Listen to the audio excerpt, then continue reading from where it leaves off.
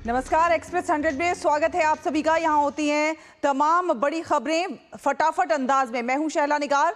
शुरुआत करेंगे एक बड़ी खबर के साथ। आपको बता दें कि राज्यसभा के लिए 4 सदस्य मनोनीत हुए हैं। जी हां, उज्ज्वल निकम, सदानंद मास्टर मनोनीत हुए हैं, डॉक्टर मीनाक्षी जैन और हर्षवर्धन श्रृंगला ये मनोनीत हुए हैं। तो राज्यसभा के लिए जो मनोनीत हुए हैं उनके नाम हम आपको बता रहे हैं। डॉक्टर मीनाक्षी जैन, हर्षवर्धन श्रृंगला मनोनीत हुए हैं और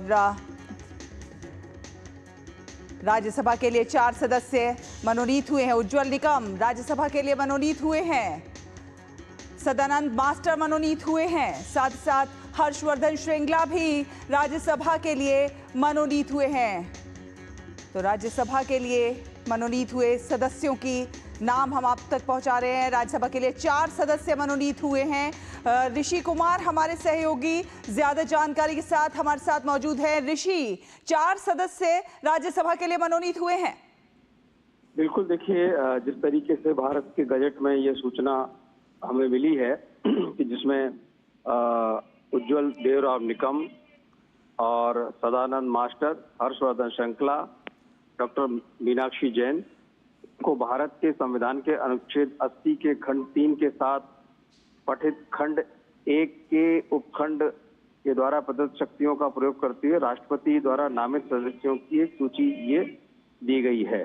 और जहां तक इनके बारे में बात करें तो उज्ज्वल निकम एक प्रसिद्ध वकील रहे हैं। साथ ही साथ उन्होंने तमाम ऐसे मामले हैं में सरकार का प्रतिनिधित्व किया है। मीनाक्षी जैन, जिस तरीके से खबरें आ रही हैं, ये भी एक प्रसिद्ध शिक्षाविद हैं। तो इस तरीके से राज्यसभा में जो 4 लोगों की जो सूची दी गई है उसमें अब इनको और शामिल कर लिया गया है और ये राज्यसभा के सदस्य होंगे शपथ ग्रहण करने के बाद। जी बिल्कुल, अगर अलग अलग क्षेत्रों में इन लोगों के योगदान को देखा जाए तो सभी ये जो 4 नाम हैं जो मनोनीत किए गए हैं राज्यसभा के लिए, ये सभी नाम जो हैं अपने अपने क्षेत्रों में विशेष योगदान देते रहे हैं। बिल्कुल, देखिए जिस तरीके से राज्यसभा जानी जाती है इसी बात के लिए कि एक तो वो रिप्रेजेंट करती है राज्यों को, क्योंकि राज्यों की जो विधानसभाओं के द्वारा जब इन सदस्यों को चुना जाता है तब वो सदस्य आते हैं। इसके अलावा 12 सदस्य राष्ट्रपति के द्वारा नॉमिनेट होते हैं इस आधार पर कि उन्होंने अपने अपने क्षेत्रों में विशेष कार्य किए हैं, उनका देश के लिए अलग अलग क्षेत्रों में योगदान रहा है। तो उसी श्रृंखला में ये कोशिश होती है कि देश के जो नामचीन लोग हैं जिन्होंने देश और समाज को बहुत कुछ दिया है, उनको राज्यसभा में लाकर बाकी उनकी सेवाओं का विस्तार दिया जाए और उनके अनुभवों को देश के सामने रखा जाए। बिल्कुल, राष्ट्रपति ने इन 4 नामों को नामित किया है राज्यसभा के लिए। अब कहीं ना कहीं इनकी जिम्मेदारी और ज्यादा बढ़ जाती है। बिल्कुल, देखिए जिस तरीके से अगर हम बात करें, अगर हम उज्ज्वल निकम जी की ही बात करें तो उन्होंने जिस तरीके से तमाम ऐसे मसले हों, मुंबई ब्लास्ट से लेकर तमाम ऐसे मसले हैं जिनको कि बहुत काबिलियत के साथ रखा और जो कल्प्रिट्स रहे उन्हें सजा दिलाने में कामयाबी हासिल हुई। तो इस तरीके से जो तमाम विशेषज्ञ होते हैं जो अपने अपने क्षेत्रों में काम करते हैं, तो उनका जो अब तक का जो अनुभव रहा है वो अनुभव अब देश के काम आएगा और खासतौर से विधायिका में काम आएगा।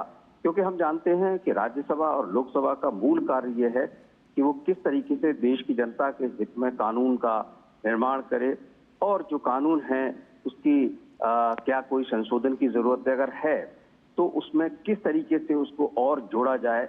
तो ये जो चीज है जिसमें विधायिका का जो बड़ा महत्वपूर्ण काम होता है, जो लोगों की जीवन की दशा और दिशा को बदलने का काम करती है विधायिका, उस विधायिका यानी कि जो लेजिस्लेशन है, यानी कि जो लेजिस्लेशन बनाने की प्रक्रिया है, उसमें जब ये लोग विशेषज्ञ लोग शामिल होते हैं तो निश्चित तौर से उस क्षेत्र से बनने वाला जो भी कानून होता है उसमें एक गहराई आती है, उसमें गंभीरता आती है और उनके अनुभवों की झलक भी दिखाई देती है।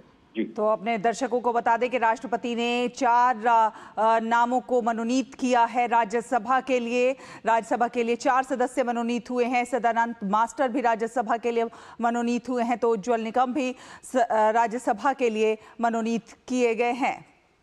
साथ ही साथ डॉक्टर मीनाक्षी जैन, हर्षवर्धन श्रृंखला भी राज्यसभा के लिए मनोनीत किए गए हैं।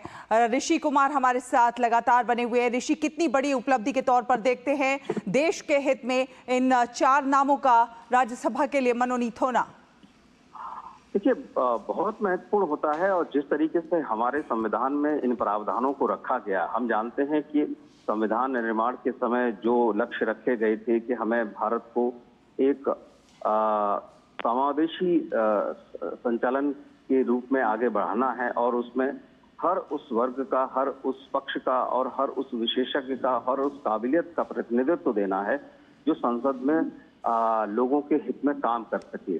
और इसी वजह से हम जानते हैं कि अलग अलग तरीके से हम देखते हैं कि राज्यों में भी जो विधान परिषद होती है वहां पर भी इस तरीके के प्रावधान होते हैं।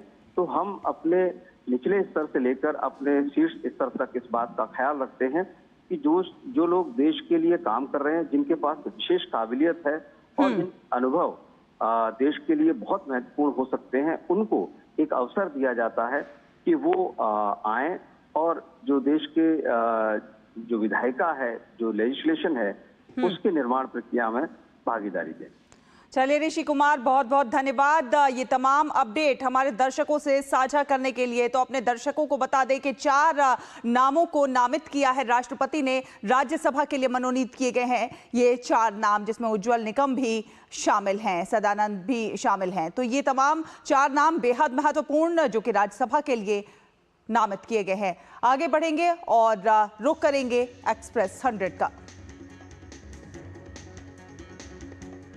विदेश मंत्री डॉक्टर एस जयशंकर आज से 15 जुलाई तक सिंगापुर और चीन की यात्रा पर रहेंगे। अपने दौरे की शुरुआत में विदेश मंत्री सिंगापुर जाएंगे, जहां वे सिंगापुर के विदेश मंत्री सहित शीर्ष नेतृत्व से मुलाकात करेंगे।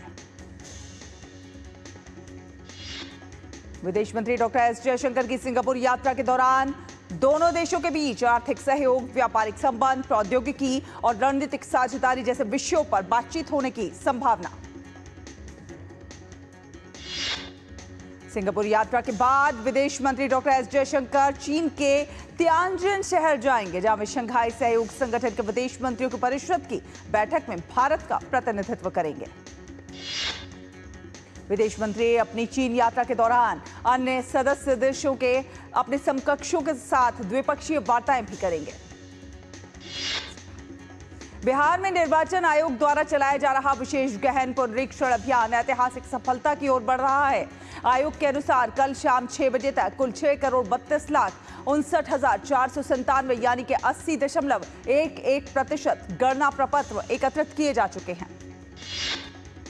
बिहार में हर 5 में से 4 मतदाताओं ने गणना फॉर्म जमा कर दिए हैं। इस गति से अधिकांश मतदाताओं के गणना फॉर्म 25 जुलाई 2025 से काफी पहले एकत्रित हो जाने की संभावना। बिहार में आगामी विधानसभा चुनाव को लेकर भारतीय जनता पार्टी ने संगठन स्तर पर तैयारियां तेज कर दी हैं। इसी क्रम में आज बिहार के राजगीर में भाजपा की एक अहम संगठनात्मक बैठक आयोजित की जाएगी। इस बैठक को चुनावी रणनीति और संगठन के सशक्तिकरण के लिहाज से बेहद महत्वपूर्ण माना जा रहा है। बिहार विधानसभा चुनाव को लेकर पटना में नेता प्रतिपक्ष तेजस्वी यादव के घर पर कल महागठबंधन की बैठक हुई। लगभग 6 घंटे तक चली इस बैठक में सीट शेयरिंग समेत कई मुद्दों पर चर्चा हुई। बैठक के बाद तेजस्वी ने कहा कि सीटों पर बात शुरू हो गई है। सीट शेयरिंग फॉर्मूला फाइनल होने के बाद इसकी जानकारी सार्वजनिक कर दी जाएगी।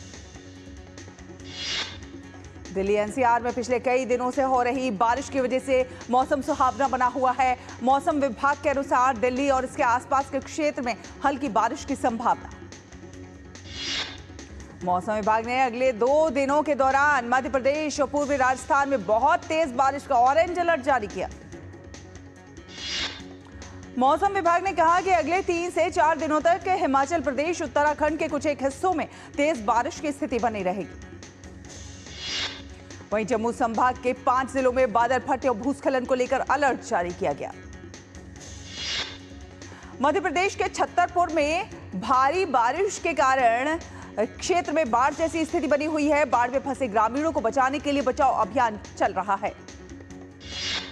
मध्य प्रदेश में पिछले 48 घंटों से बारिश का दौर जारी है। प्रदेश में 1 जून से 12 जुलाई की अवधि के औसत से 75% से अधिक बारिश दर्ज की गई है। राजस्थान में मानसून ने रफ्तार पकड़ ली है। बारिश के कारण लोगों का जनजीवन प्रभावित हुआ है। मौसम विभाग ने लोगों को चेतावनी जारी करते हुए कहा है कि आंधी तूफान के दौरान सावधानी बरतें। पश्चिम बंगाल में लगातार बारिश के कारण पश्चिमी मेदिनीपुर के कई एक इलाके जलमग्न हो गए, जिससे बाढ़ जैसी स्थिति उत्पन्न हो गई है। वहीं चेन्नई में बारिश के कारण शहर के कई एक हिस्सों में जलभराव और जाम देखा गया। उत्तर प्रदेश के वाराणसी में भी बारिश का कहर जारी है, जिससे आम जनजीवन पर प्रभाव पड़ा है। अखिल भारतीय आयुर्वेद संस्थान आज से 15 जुलाई तक 3 दिवसीय राष्ट्रीय संगोष्ठी शल्यकौन 2025 का आयोजन करेगा। इसमें आयुर्वेद की शल्य चिकित्सा पद्धतियों के नए तरीकों और रुझानों पर चर्चा होगी। इस कार्यक्रम में एक वैज्ञानिक सत्र भी होगा, जहां डॉक्टर और शोधकर्ता अपने अपने काम को पेश करेंगे और एक दूसरे से चर्चा करेंगे। मध्य प्रदेश के मुख्यमंत्री डॉक्टर मोहन यादव आज से 19 जुलाई तक दुबई और स्पेन की यात्रा पर रहेंगे। ये दौरा मध्य प्रदेश की वैश्विक निवेश रणनीति में महत्वपूर्ण कदम। दुबई और स्पेन में मुख्यमंत्री डॉक्टर मोहन यादव निवेश को लेकर Indian business and professional counselling के प्रतिनिधियों के साथ प्रमुख बैठकें करेंगे। मुख्यमंत्री डॉक्टर मोहन यादव दुबई में भारतीय मूल के प्रमुख उद्योगपतियों और कॉरपोरेट प्रतिनिधियों से भेंट करेंगे। इस दौरान वे ESGM, pharma, textile, green hydrogen और अन्य संभावित क्षेत्रों में निवेश के अवसरों पर चर्चा करेंगे। जम्मू और कश्मीर के राजौरी में मेघा बुदल माहौर गुल सड़क परियोजना पर निर्माण कार्य युद्ध स्तर पर जारी। BRO के कमांडिंग ऑफिसर आदित्य शर्मा ने कहा कि हम ये सुनिश्चित करने के प्रयास कर रहे हैं कि निर्माण जल्द से जल्द पूरा हो। इसे गुल तक पहुंचने का यात्रा समय जो है आधा हो जाएगा और पर्यटन को बढ़ावा मिलेगा। दिल्ली के वसंत विहार थाना इलाके में एक ऑडी कार ने 5 लोगों को कुचल दिया। ये घटना 9 जुलाई की है, जब लोग फुटपाथ पर सो रहे थे। दिल्ली में द्वारका के एक होटल में आग लग गई। दमकल विभाग के कर्मियों ने आग पर काबू पा लिया है। ADO रविनाथ ने कहा है कि रात करीब 12:17 पर सूचना मिली थी, जिसमें किसी के हताहत होने की खबर नहीं है। दिल्ली पुलिस की क्राइम ब्रांच ने वाहन चोर गिरोह का भांडाफोड़ किया है। मामले में 7 आरोपियों को गिरफ्तार किया गया और 8 चोरी की गाड़ियों को बरामद किया गया। राष्ट्रीय जांच एजेंसी यानी कि NIA ने मिजोरम में प्रतिबंधित हथियार और गोला बारूद जब्ती मामले में 5 आरोपियों के खिलाफ आरोप पत्र दाखिल किया है। छत्तीसगढ़ के सुकमा जिले में सुरक्षा बलों को बड़ी कामयाबी मिली है। दरअसल जिले में सक्रिय 23 माओवादियों ने सुरक्षा बलों के सामने आत्मसमर्पण कर दिया। आत्मसमर्पण करने वालों में 9 महिला और 14 पुरुष नक्सली शामिल। प्रवर्तन निदेशालय ने हरियाणा में घर खरीदारों के साथ धोखाधड़ी करने वालों के खिलाफ बड़ी कार्रवाई की है। इसके अंतर्गत 681.54 करोड़ रुपए की अचल संपत्तियों को अस्थायी रूप से कुर्क कर लिया गया है। ईडी ने आर्थिक अपराध शाखा नई दिल्ली और हरियाणा पुलिस द्वारा दर्ज कई FIR के आधार पर PMLA 2002 के प्रावधानों के तहत जांच शुरू की। सावन माह के तीसरे दिन उज्जैन के महाकालेश्वर मंदिर में विशेष आरती की गई। कांवड़ यात्रा को लेकर दिल्ली की मुख्यमंत्री रेखा गुप्ता ने अधिकारियों को स्पष्ट निर्देश दिए हैं कि शिव भक्तों की सेवा में कोई कमी ना रहे। हरिद्वार के SSP प्रमेंद्र सिंह डोभाल ने कांवड़ यात्रा पर कहा कि इस पर लगातार निगरानी की जा रही है। लगातार प्रयास किए जा रहे हैं कि किसी को कोई परेशानी ना हो। कांवड़ यात्रा के चलते उत्तराखंड सरकार ऑपरेशन कालनेमी चला रही है। मुख्यमंत्री पुष्कर सिंह धामी ने साफ निर्देश दिए हैं कि जो फर्जी साधु संत धार्मिक भेष में जनता को गुमराह कर रहे हैं, उनके खिलाफ बिना देरी सख्त कार्रवाई हो। और इसी कड़ी में मुख्यमंत्री के आदेश पर हरिद्वार जिले की पुलिस ने ऑपरेशन कालनेमी चलाकर 13 फर्जी बाबाओं को पकड़ा है। ये लोग साधु का वेश धारण कर आमजन को गुमराह कर रहे थे। यूपी के मुजफ्फरनगर में कांवड़ यात्रा को शांतिपूर्वक संपन्न कराने और सुरक्षा व्यवस्था को सुदृढ़ बनाए रखने के लिए स्थानीय पुलिस और अन्य सुरक्षा एजेंसियों ने संयुक्त रूप से फ्लैग मार्च निकाला। श्री अमरनाथ यात्रा इस वर्ष भी श्रद्धा और सुरक्षा के मजबूत संगम के साथ ऐतिहासिक बनती जा रही है। 3 जुलाई को शुरू हुई इस पवित्र यात्रा में अब तक 1.63 लाख श्रद्धालुओं ने बाबा बर्फानी के दर्शन कर लिए हैं। आज जम्मू कश्मीर के नुनवान बेस कैंप से श्रद्धालुओं का 11वां जत्था श्री अमरनाथ बाबा की पवित्र गुफा की ओर रवाना हुआ। श्री अमरनाथ यात्रा को लेकर तीर्थयात्रियों में काफी उत्साह है। कठुआ से आए एक तीर्थयात्री ने कहा, बहुत अच्छी व्यवस्था। वहीं अमरनाथ यात्रा को लेकर उज्जैन से आए तीर्थयात्रियों ने कहा कि व्यवस्थाएं बहुत अच्छी है। 3 जुलाई को शुरू हुई श्री अमरनाथ यात्रा 9 अगस्त 2025 को संपन्न होगी, जो कि श्रावण पूर्णिमा और रक्षाबंधन का दिन होगा। गुजरात के गांधीनगर में केंद्रीय मंत्री Mansukh Mandaviya fit India Sunday on cycle कार्यक्रम के 31वें संस्करण में शामिल हुए। केंद्रीय मंत्री मनसुख मांडविया ने कहा कि साइकिल चलाना प्रदूषण और ट्रैफिक का समाधान है। ये एक अच्छी एक्सरसाइज और फिट रहने का मंत्र। मनसुख मांडविया ने कहा कि इस संडे देश में 7000 से अधिक स्थानों पर देश के युवाओं ने संडे ऑन साइकिल से फिट इंडिया का संदेश दिया है। हरियाणा के मुख्यमंत्री नायब सिंह सैनी ने कैथल हाफ मैराथन को हरी झंडी दिखाई। कार्यक्रम का मुख्य उद्देश्य ड्रग फ्री हरियाणा का संदेश है। दिल्ली के मेजर ध्यानचंद स्टेडियम में संडेज ऑन साइकिल का आयोजन किया गया। इस मौके पर मुख्य अतिथि के रूप में भारत के पेशेवर पहलवान द ग्रेट खली ने झंडी दिखाई। फिलहाल एक छोटा सा ब्रेक के उस पार खबरों का सफर जारी। देखते रहिए एक्सप्रेस 100।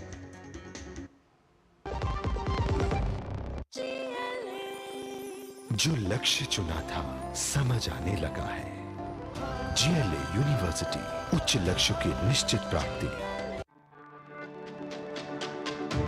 मेरी पसंद, मेरी पसंद,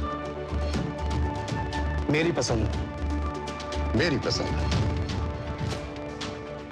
हमारी पसंद, हम सबकी पसंद। मजबूत देश का मजबूत सरिया हो गया स्टील।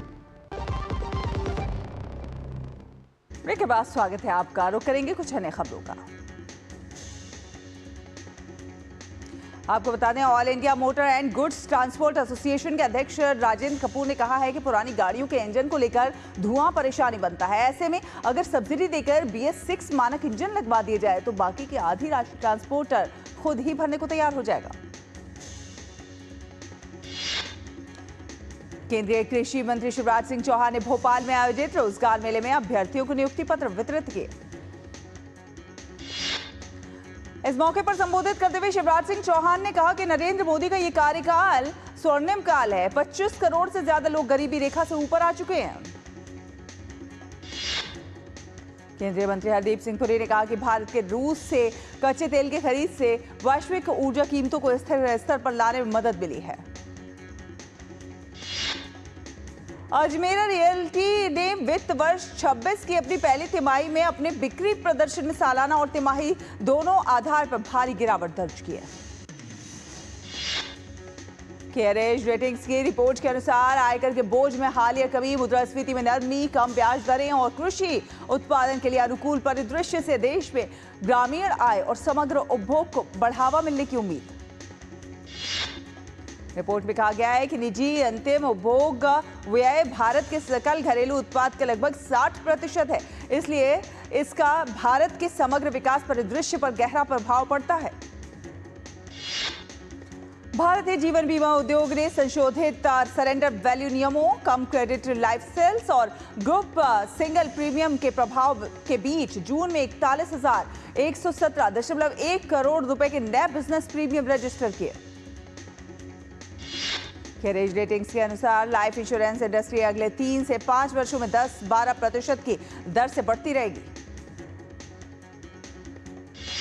वित्त मंत्री निर्मला सीतारमण ने शिलांग में उद्योग हितधारकों के साथ एक संवाद सत्र में भाग लिया। साथ साथ मेघालय की शीर्ष महिला करदाताओं को सम्मानित भी किया। भारतीय रिजर्व बैंक द्वारा जारी नवीनतम साप्ताहिक आंकड़ों के अनुसार देश का स्वर्ण भंडार सप्ताह के दौरान 34.2 करोड़ डॉलर बढ़कर 84.846 अरब डॉलर पहुंच गया।